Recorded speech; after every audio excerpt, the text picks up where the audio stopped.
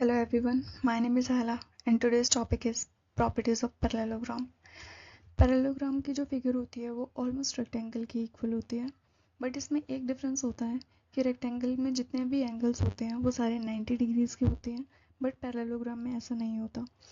Parallelogram में भी opposite sides equal and parallel होती हैं, सेम जैसे रेक्टेंगल में भी इक्वल और पैरेलल होती हैं।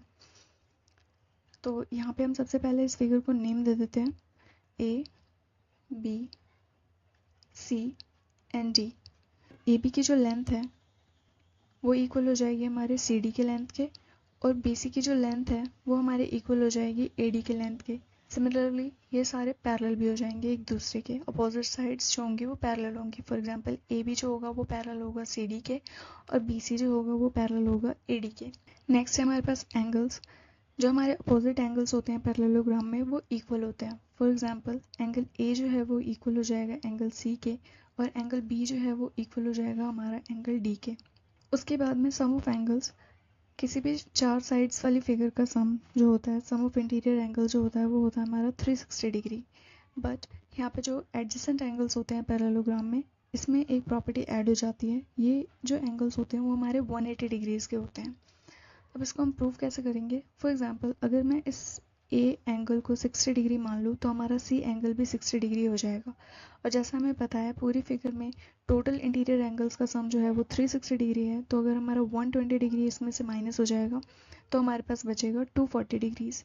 अब 240 डिग्रीज को हमें टू पार्ट्स में डिवाइड करना है, क्योंकि हमारा जो बी और डी एंगल है वो दोनों इक्वल है, तो ये हमारा आ जाएगा 120 डिग्रीज। तो एंगल डी जो है वो भी हमारा 120 डिग्री आ जाएगा, और एंगल बी जो है वो भी हमारा 120 डिग्री आ जाएगा।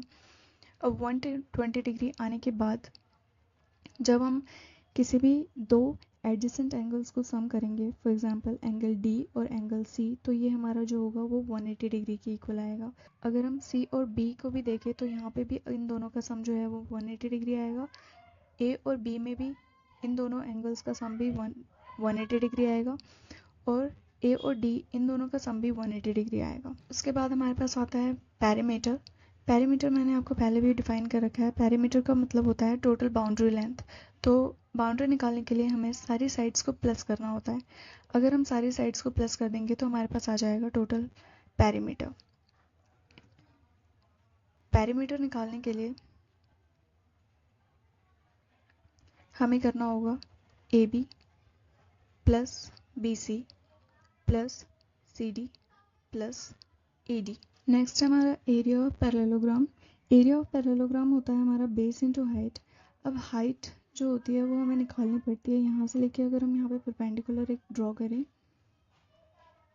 तो ये हमारी हाइट होगी। हाइट जो होती है वो हमेशा बेस से परपेंडिकुलर होती है, तो इसलिए हम ए डी को हाइट नहीं लेते, क्योंकि यहाँ पे ये 90 डिग्री का एंगल नहीं बनाता। तो ये हमारी हो जाएगी हाइट, और सी डी जो हो जाएगा वो हमारा हो जाएगा बेस, और जब हम इन दोनों को मल्टीप्लाई कर देंगे बेस इंटू हाइट तो हमारे पास आ जाएगा एरिया ऑफ पैरेललोग्राम। नेक्स्ट है हमारे पास डायगोनल्स। डायगोनल्स को मैंने पहले भी डिफाइन कर रखा है प्रीवियस वीडियोस में। डायगोनल जो होता है वो एक वर्टेक्स से लेके अपोजिट वर्टेक्स तक की लेंथ होती है। यहाँ से अपोजिट वर्टेक्स को जोड़ने वाली लाइन जो होती है वो हमारी डायगोनल कहलाती है। अब यहाँ पे हमारे पास पैरेललोग्राम में दो डायगोनल्स होते हैं और दोनों एक दूसरे को बाइसेक्ट करते हैं।